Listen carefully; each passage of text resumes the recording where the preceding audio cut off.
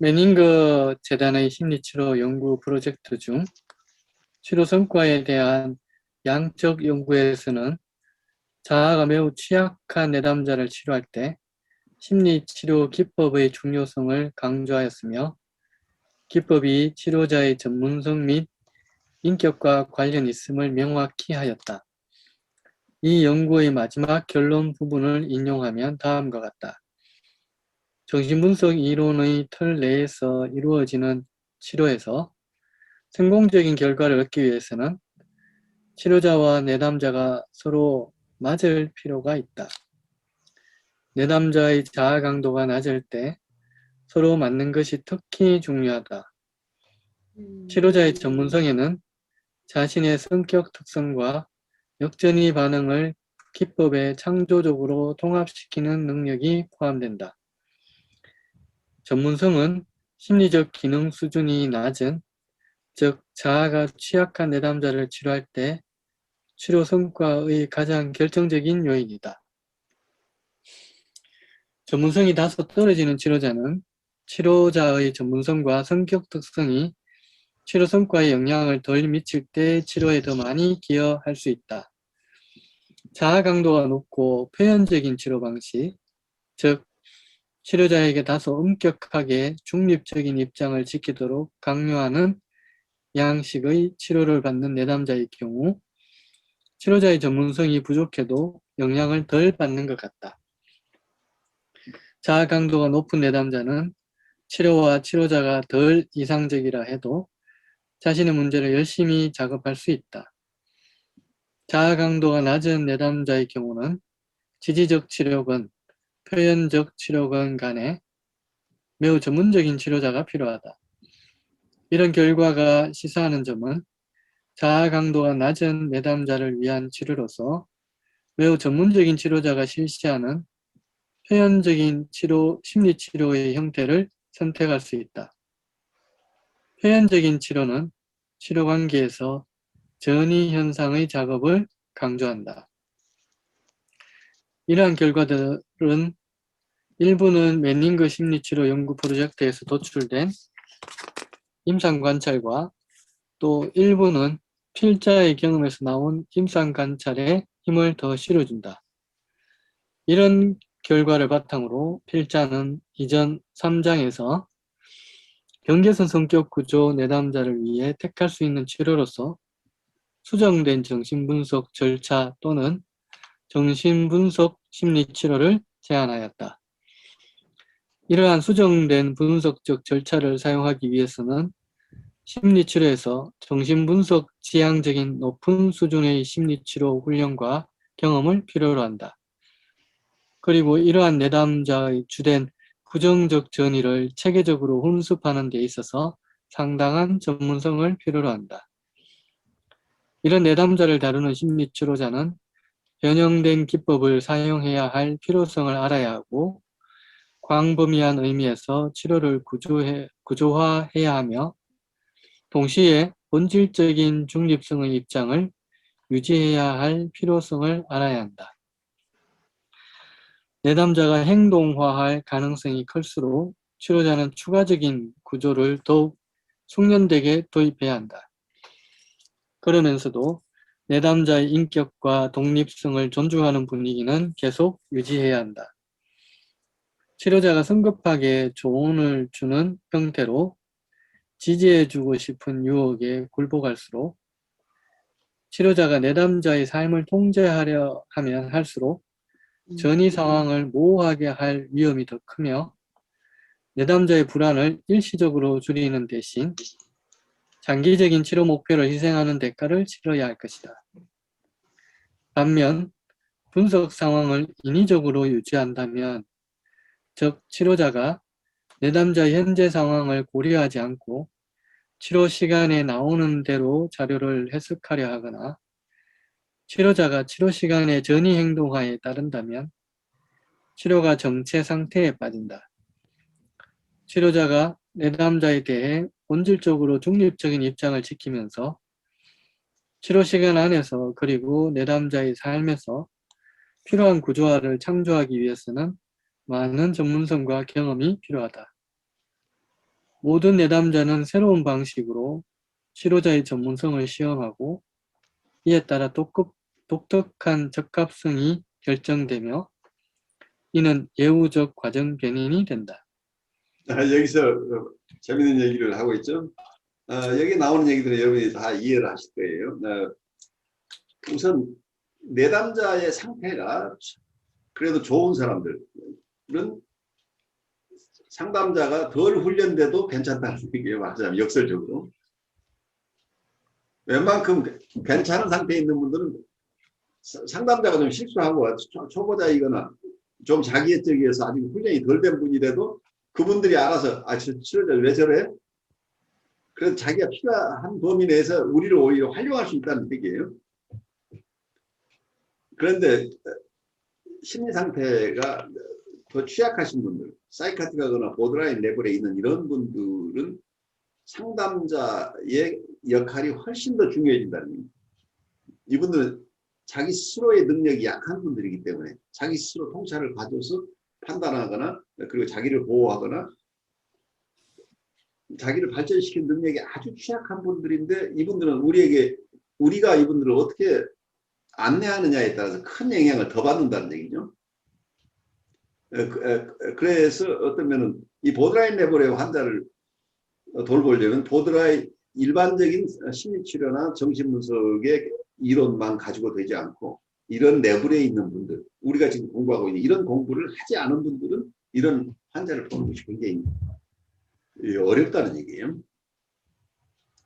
그래서 전혀 새로운 어떤 심리 구조나 레벨에 발달 레벨에 있는 혹은 병리 레벨에 있는 분들을 그렇지 않은 분들을 위해서 만들어진 이론을 가지고 보기 시작하면 위험하다는 얘기죠. 그런 점에서 훨씬 더 이런 우리가 지금 도와드리려고 하는 경계선적 인격 구조를 가지신 분들을 돌보는 분들은 더 다른 분들보다 훨씬 더 많은 훈련이 필요하다는 얘기를 우선 이해하시면 좋겠고, 어떤 모든 재밌는 얘기를 하고 있죠. 모든 내담자는 새로운 방식으로 치료자의 전문성을 시험하고 이에 따라 독특한 적합성이 결정되며 이런 예우적 과정 변이가 된다.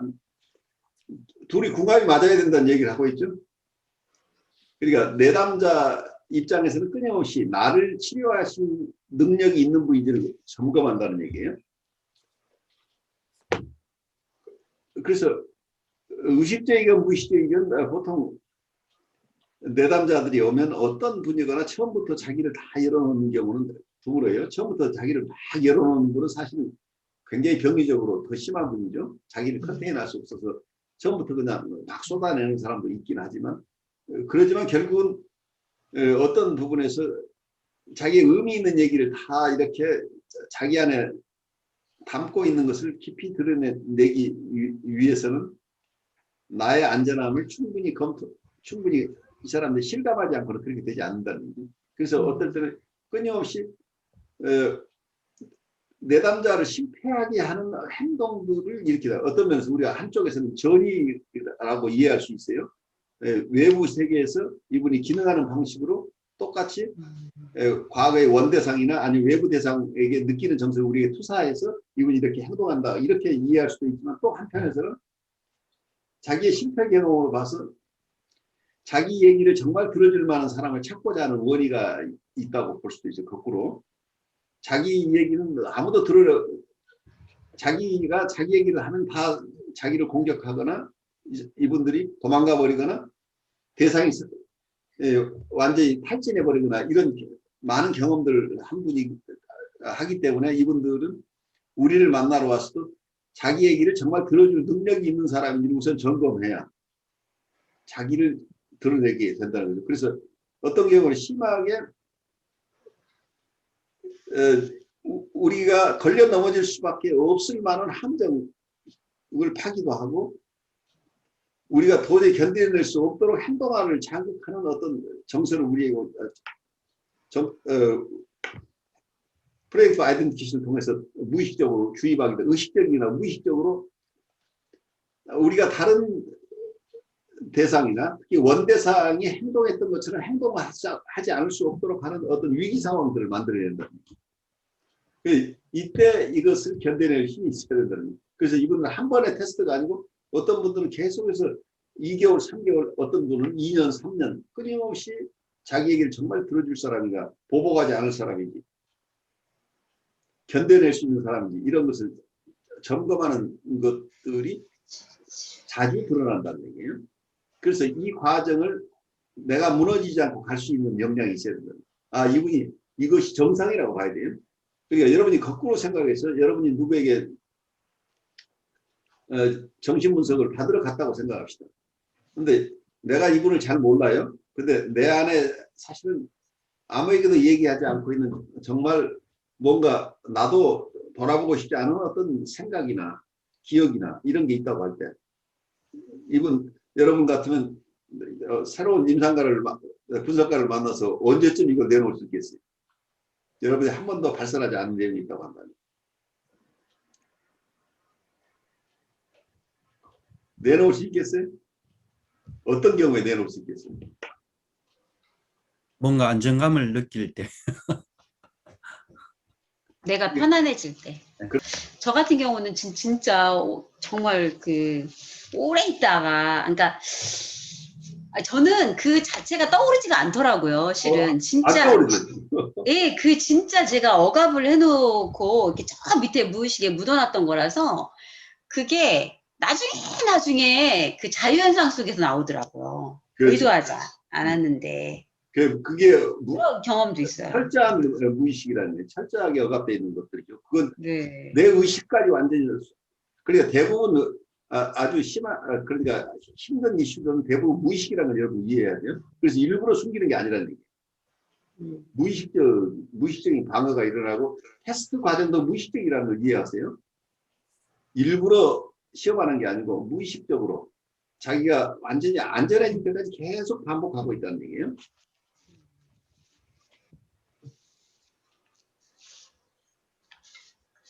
그러니까 훈련을 이렇게 오랫동안 하고 있고 임상을 하시는 분들도 자기를 드러내는 것이 내 얘기를 듣고 기절하지 않고 우선 안전해야 돼요. 어떤 사람 이 얘기했다고 이 사람이 까무러쳐 버릴 수도 있어요. 그 심리가 약한 사람한테 정말 무서운 얘기를 하면 놀라서 숨이 끊어져 버릴 수도 있단 말이에요. 어떠면 이분이 감당할 수 있을 것인가가 우선 문제고, 그리고 어떤 경우에는 이분이 나를 보호할 능력이 있을 거예요. 내가 이 얘기를 드러냈을 때 내가 어떤 상태에 있을지도 알 수 없는데 나를 보호해낼 능력이 있는지, 우선 임상가가 자기를 보호해낼 능력이 있는지 나를 보호할 능력이 있는지, 그리고 경우에 따라서는 이분이 나를 비난하거나 공격하지 않을 것인지, 그래서 점검할 사항이 굉장히 많잖아요. 그렇기 때문에 우리도 그럴 상황이라고 한다면 우리가 만나는 대상을 우리가 급하게 형사가 취조하듯이 오늘은 부모님 얘기를 좀 자세하게 하세요. 아니면 오늘은 친구들 얘기, 특히 마음에 안 드는 친구에 대해서 자세하게 얘기하세요 라고 우리가 내 스케줄대로 이분들에게 치료를 과정을 안내할 수는 없다는 얘기죠. 그래서 내담자 중심의 상담으로 가지 않으면 위험하다는 게 이제 이런 거죠. 이분은 아직 나에 대해서 신뢰가 아직 안 생기고 나에게 점검이 아직 안 끝났는데 미리 다 공개하라고 할 때 이게 되겠느냐는 얘기. 경계성 성격 구조 내담자의 치료 예후를 결정하는 데 있어서 치료자의 인격이 얼마나 중요한가. 심리치료자의 인격 특성의 영향을 역전의 요인이나 치료자의 기법과 분리하는 것은 매우 어렵다. 임상적으로 치료자의 인격, 기법의 수준, 역전의 반응 사이에는 밀접하고 상호적인 관계가 있다. 티초는 인격적 측면과 역전이는 그래도 구별될 수 있다고 했으며, 특히 경계성 내담자를 치료할 때 심리치료자와 분석가의 인격이 중요하다는 것을 강조하였다. 예를 들어 경계성 내담자 사례를 치료할 치료자에게 바람직한 인격 특성은 어떤 것인가? 경계선 내담자 사례의 치료자는 진실한 대상관계 능력을 지녀야 한다. 경계선 사례의 치료에는 치료자의 상당한 안정감이 필요하다.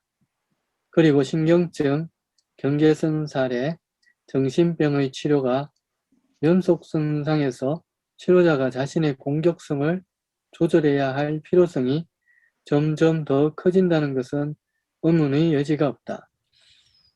내담자의 불가피한 행동화에 대한 치료자의 태도는 상당히 큰 차이를 가져온다.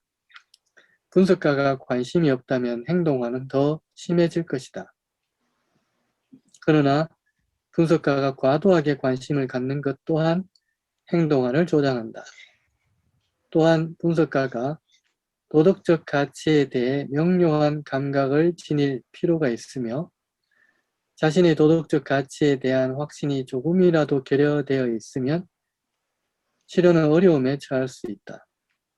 그 반면 도덕적인 태도는 해롭다. 여기 아주 굉장히 어떤 면에서는 역설적인 표현을 하고 있죠. 임상가가 분석가가 도덕적 가치에 대한 명료한 감각을 지닐 필요가 있으나 자신의 도덕적 가치에 대한 확신이 조금이라도 결여되어 있으면 치료에 어려움이 처할 수 있다. 이 얘기 다시 한번 하면 분석가가 자기의 도덕적 가치에 대한 명료한 감각을 가지고 있을 필요가 있는데 만약에 이러한 도덕적 가치에 대한 확신이 없다고 한다면 치료가 어려울 수 있다. 그 도덕적으로 건강한 사람이어야 된다는 얘기를 하고 있는데 그렇지만 그 반면 도덕적인 태도는 해롭다. 이 부분을 여러분들이 어떻게 받아들이는지. 도덕적인 인격적인 사람이어야 된다는 요구와 도덕적인 태도는 해롭다는 것을 어떻게 여러분들이 바르게 이해할 수 있는 것입니다. 생각나는 대로 좀 나눠주시죠.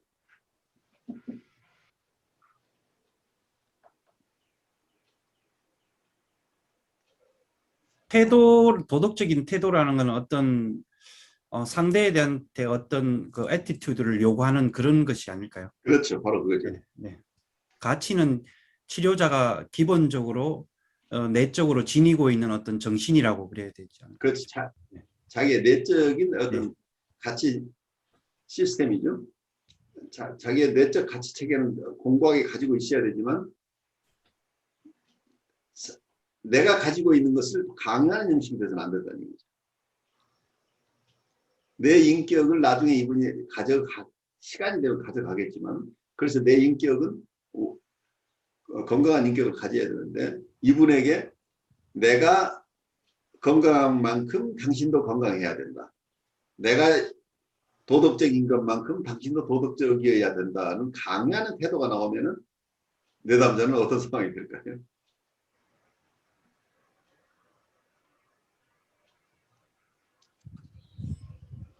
가혹한 초자, 바로 그거죠. 이 도처에서 자기를 못 살게 구는 사람들 때문에 힘들어서 피신해 왔는데 여기 왔더니 정말 호랑이를 또 여기서 만난 것 같은 거죠.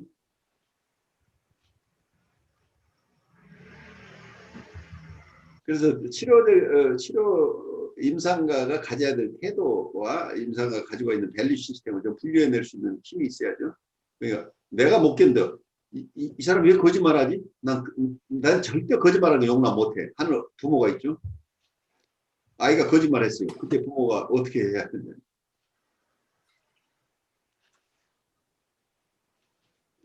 부모와도 다르죠. 어떤 사람은 체벌을 가하는 사람도 있고 어떤 사람은 잘 타이를 넣어서 그렇게 하지 말라는 분도 있고 어떤 분은 우선 왜 거짓말을 하게 됐는지 그 원인부터 듣는 부모가 있죠. 그래서 오랜 분석을 하고 나서 어느 날 자기도 생각지 않던 이 경험이 떠오르는 거예요. 근데 그게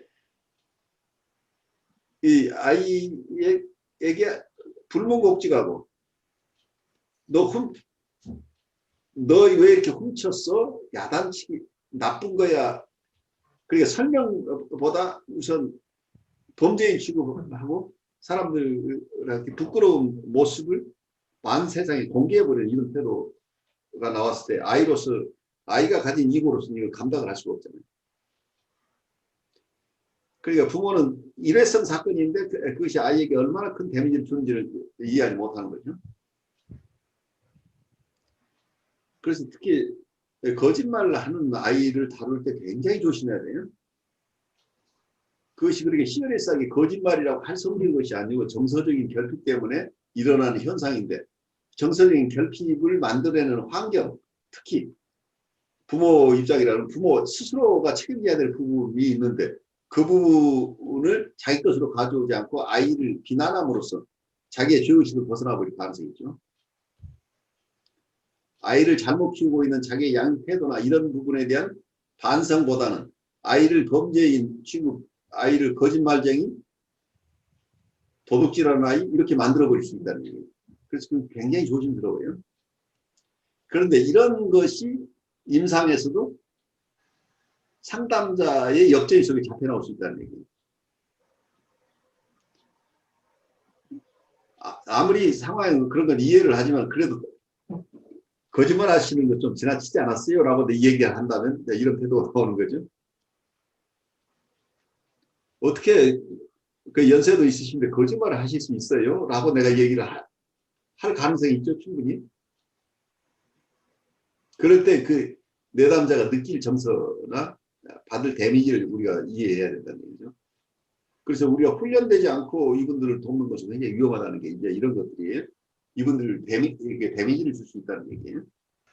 TH청은 또한 일반적으로 성공적인 분석가와 치료자들은 겸손하고 허세 부리지 않으며 자기 중심적이지 않으면서 자기 수용적인 인격을 보이는 사람이라고 하였다.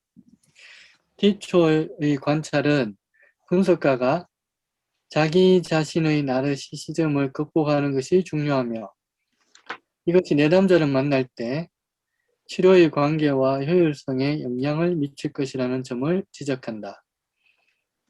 이것이 아마 경계선 성격 구조 내담자의 치료 과정에 영향을 미치는 치료자의 인격에서 가장 중요한 측면이다.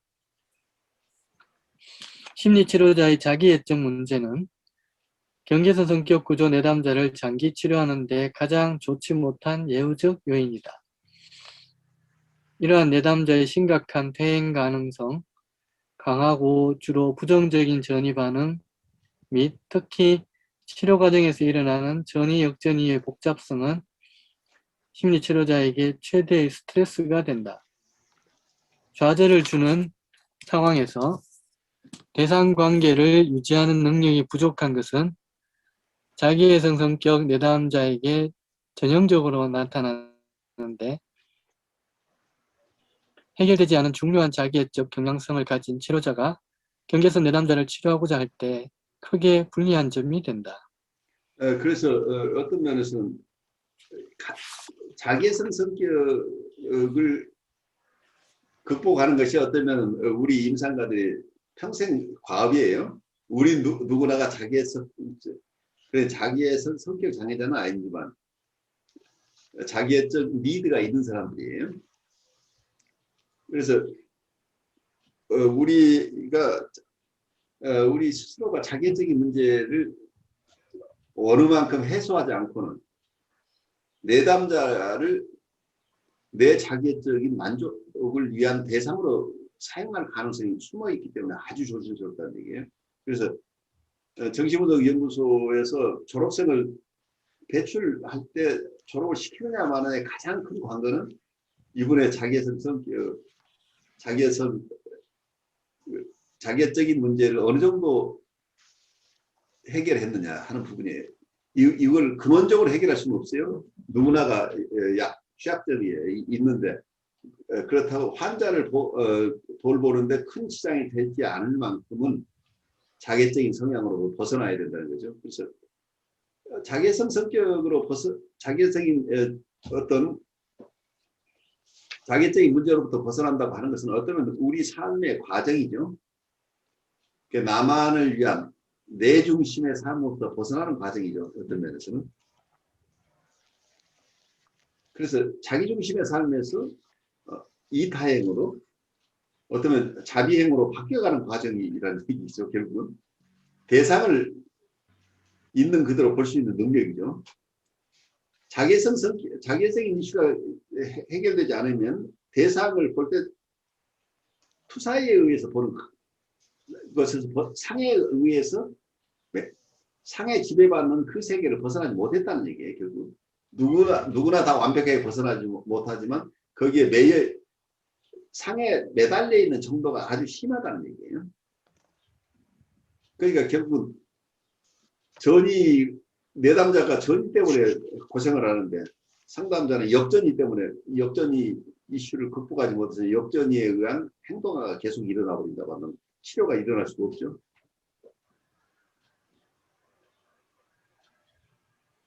그래서 어떤 역전이 문제는 결국은 내담자가 가지고 있는 상을 우리가 극복하지 못한 문제점이죠.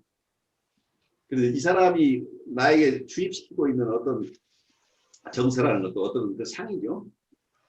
이 사람이 내적 대상을 우리에게 투사했다고 하면 그 상이 이게 공상이다 혹은 허상이라는 것을 우리가 이해를 하는 사람만이 이걸 견뎌낼 수 있잖아요. 이게 내한테 이런 심한 어떤 내가 아주 못난 평가절하된 대상이 돼버려요. 어떤 경우에 따라서 나를 이상하다가 평가절하를 하는 경우에는 내가 평가절하 당해요, 실제로. 그러니까 이것은 역전이라고 하는 것은 살아있는 정서예요. 전이나 역전이가 우리의 일반 정서하고 다른 게 아니고 정서인데 어디에 어떤 성질이 어디에서 왔느냐 그걸 그래서 우리의 생생한 정서 중에 하나를 이름 붙여서 역전이라고 하는 거예요.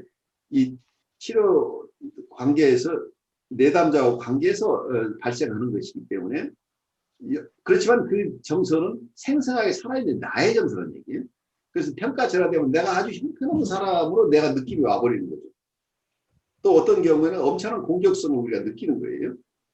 근데 이게 생생한 공격성이고 생생한 무능감이고 근데 이것을 내가 컨테인하지 못하면 어떤 결과가 되냐면 이 상에 의해서 나에게 주어진 상에 의해서 내가 어떤 사람인가 그 상의 지배를 받게 돼서 거의 벗어나지 못하면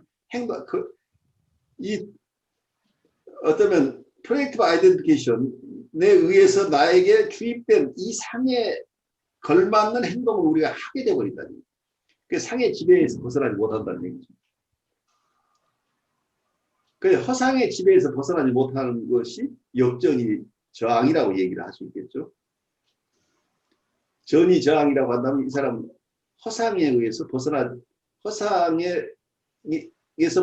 허상의 지배를 받고 있는 내담자의 모습이에요.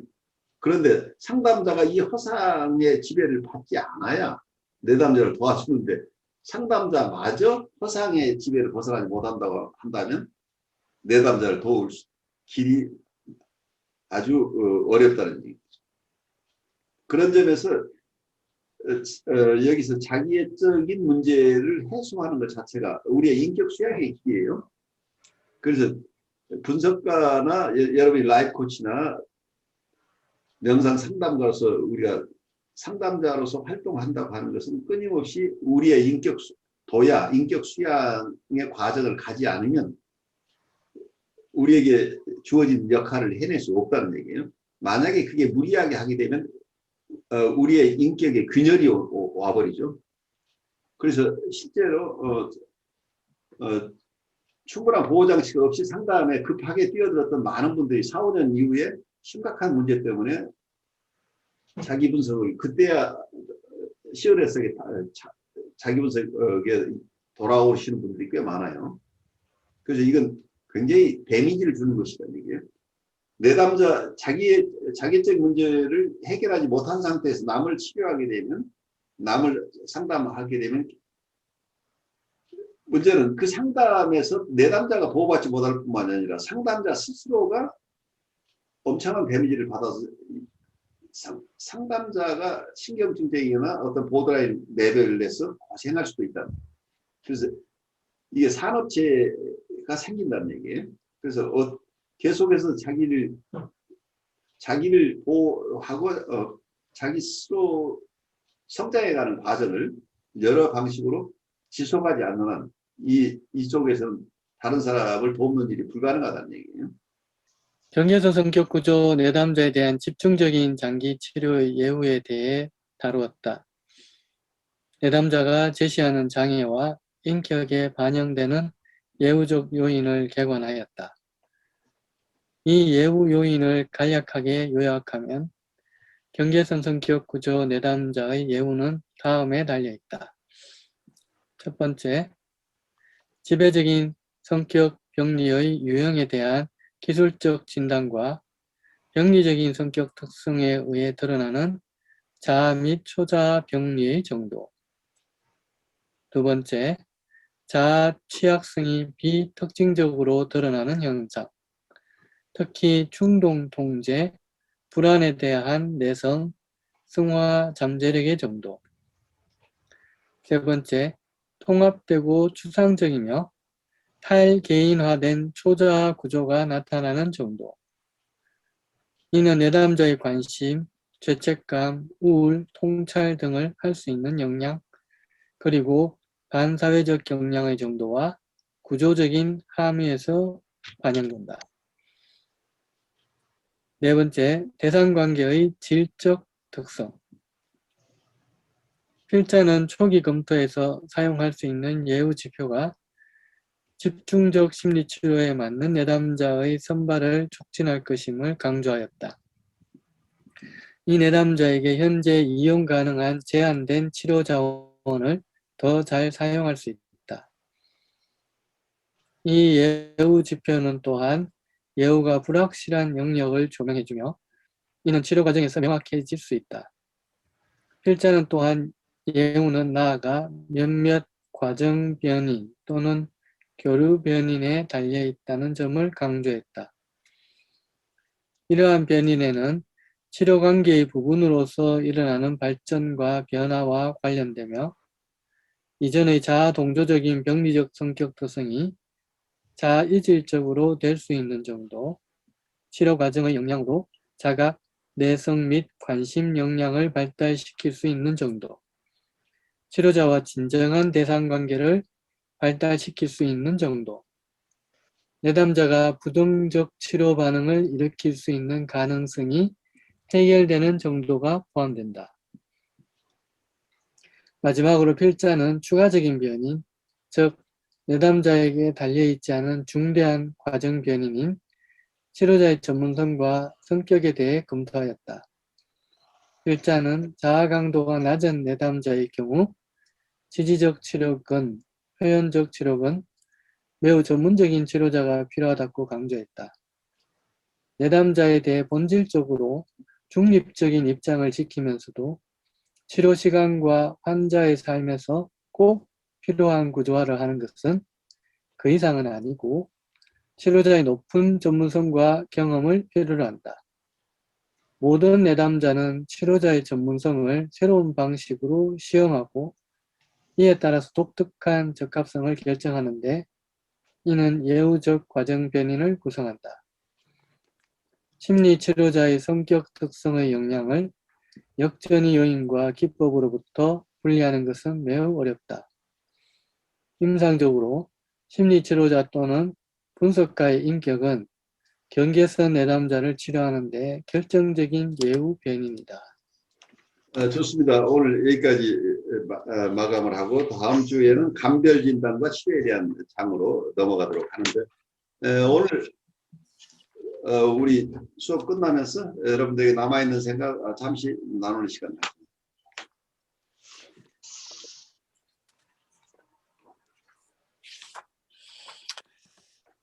제가 공부를 하면 할수록 자기애성이 있다는 게 점점 더 명확히 드러나는 것 같은데요. 공부를 심리적, 특히 정신분석을 공부하기 전에는 제가 아까 전에 나왔던 그 표면적 적응이 이를 덮는다 하는 말이 저도 참 많이 와닿았는데, 그래서 성공이 모든 것을 용서해줘요. 예, 저는 나름 유능하다 생각했고, 그래서 사회에서도 잘 적응하고, 그래서 이런 것들이 좀 뭔가 덮고 있었다는 것을 요즘 공부하면서 좀 많이 수용하게 된 것 같고, 이런 수용이 처음에는 좀 힘들거나 우울한 것이 컸었는데, 뭐 지금도 전혀 없는 건 아니지만, 좀 약간 자유로운 듯한 느낌이 들기도 해요. 그래서, 굉장히 상충된 얘기가 좀 정확한 점수일 거예요. 예, 거기에 매여 있어. 그러니까 나의 어떤 아상에서 벗어나는 과정이잖아요. 내가 유능한 사람이고 괜찮은 사람이라는 나의 도취된 상이 있잖아요. 내가 도취된 상. 그 상이 허상이라는 것을 이해하는 과정이죠. 그러면 우리가 허상을 가지고 있는 게 왜 위험하냐면 그 허상에 걸맞게 살아야 된다는 것이 엄청난 프레셔가 오죠. 그러니까 이 허상, 내가 가지고 있는 이상화된 내 그랜드 셀프를 만약에 만족시키지 못하는 상황이 되면 내가 화가 나죠. 그래서 거기에 걸맞도록 만약에 내가 임상을 한다면 그 사람 내 성공 사례가 되도록 하는 쪽에 더 방점이 찍힐 가능성이 있는 거죠. 그래서 이분의 상황보다는 내 자존심에 금이 가지 않도록 남이 봤을 때 잘 치료했다는 모습으로 드러나는 쪽으로 내 어텐션이 더 갈 수 있기 때문에 어떤 면에서 장기적으로 이분을 돕는 것보다는 단기적인 만족, 단기적인 치료 효과 쪽으로 포커스가 맞춰질 가능성이 굉장히 높죠. 그럼 굉장히 유능하게 드러나는데 실제 내담자에게 도움이 되는 것인지 아닌지는 어떤 면에서 내가 깊이 성찰하기 어려웠을 수도 있죠. 제 얘기가 어떻게 들리시나요? 네, 안 그래도 그러한 지점이 이제 제가 초보 상담자로서 화두인 것 같아요. 상담을 좀 성공적으로 이끌고 싶은 리드와 그래서 유능감, 뭔가 그걸 바탕으로 이제 앞으로의 삶을 좀 더 탄탄하게 잘하고 싶고 이런 마음이 그 임상에서 항상 어쩌면 저의 자기애성을 충족시키는 하나의 내담자를 도구로 삼지 않았나를 계속 체크해봐야 되는 중요성을 그 시간에 좀 더 확실하게 안 것 같아요. 네, 김동완 선생님이 그런 의식을 가지고 있는 것은 그런데 크게 빠지지 않았다는 증거예요.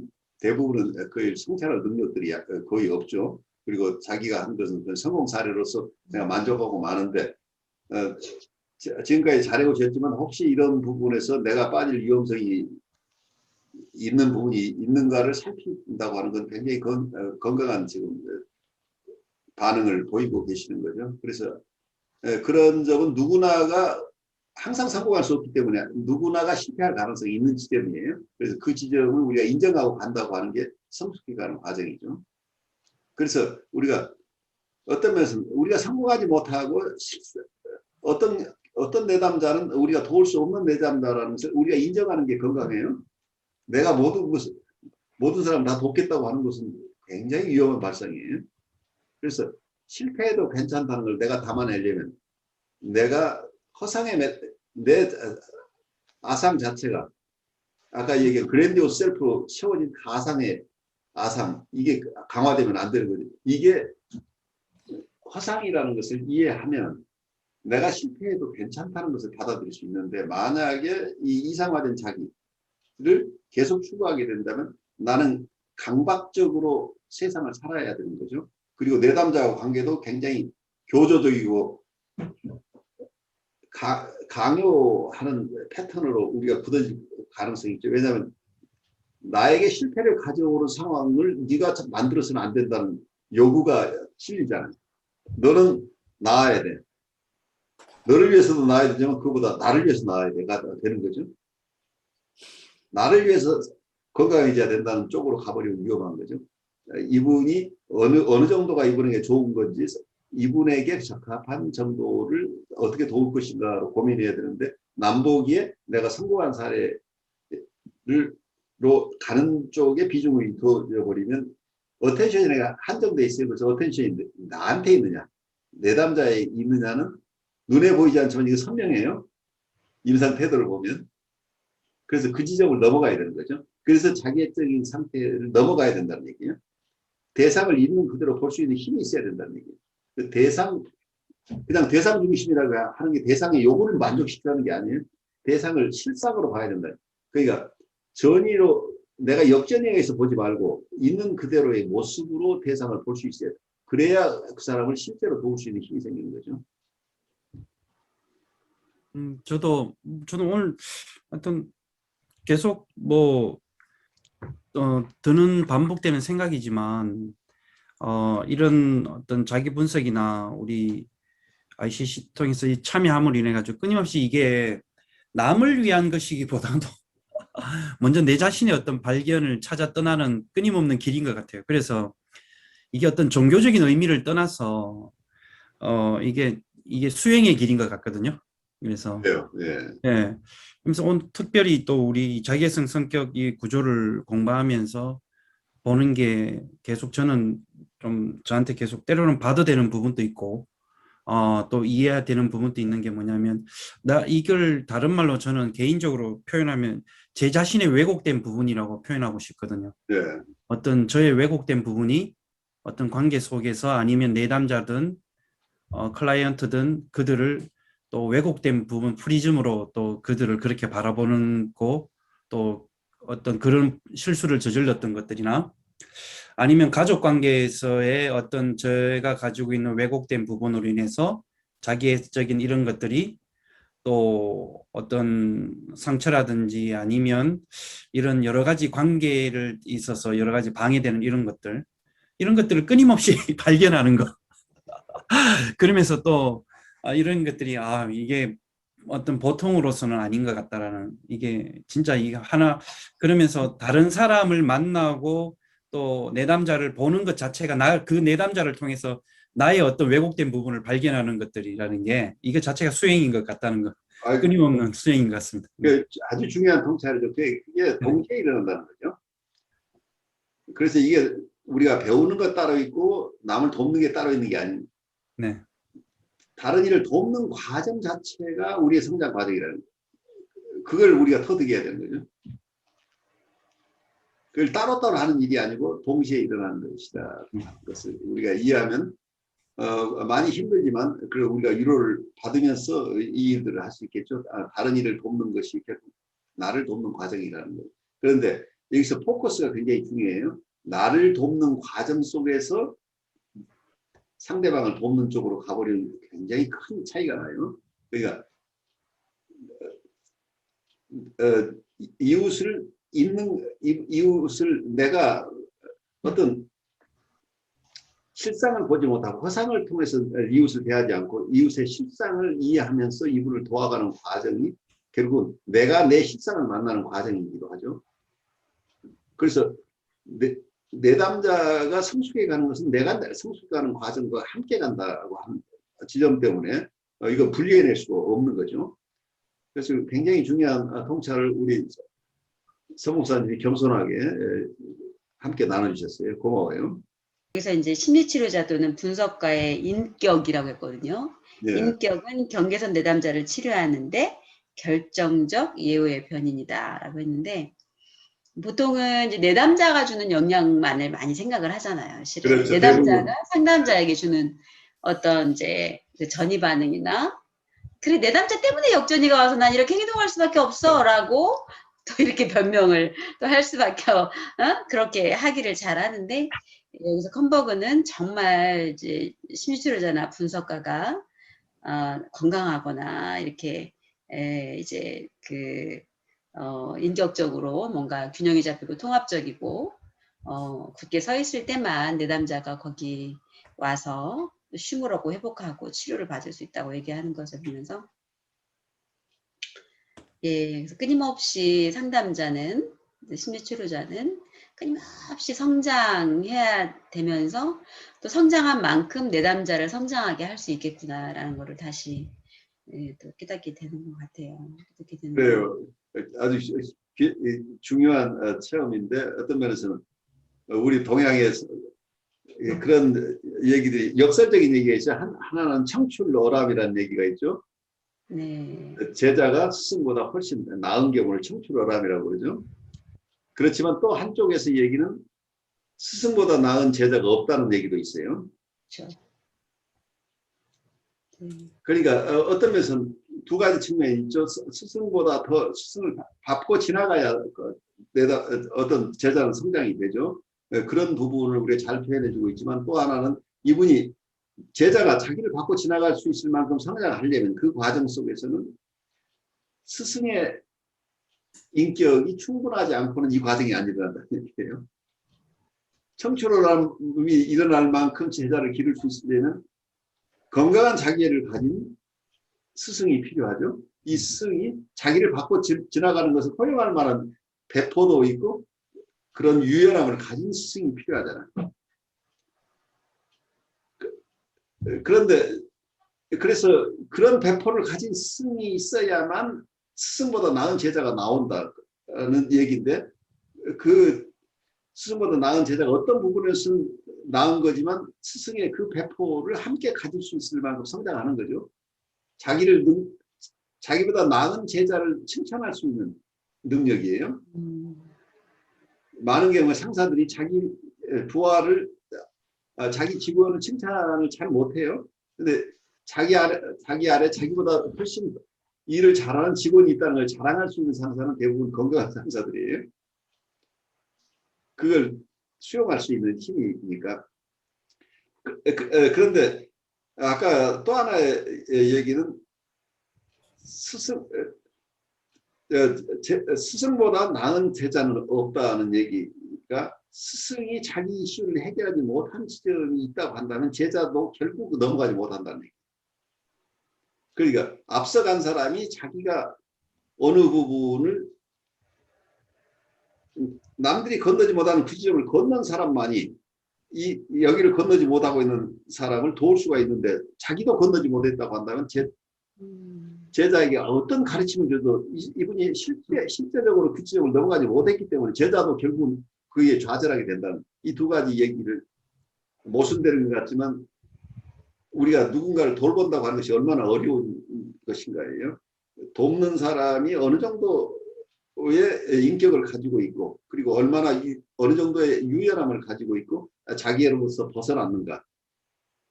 그리고 제자를 있는 그대로 수용해낼 수 있는 능력이 있고 제자를 그 독립된 인격으로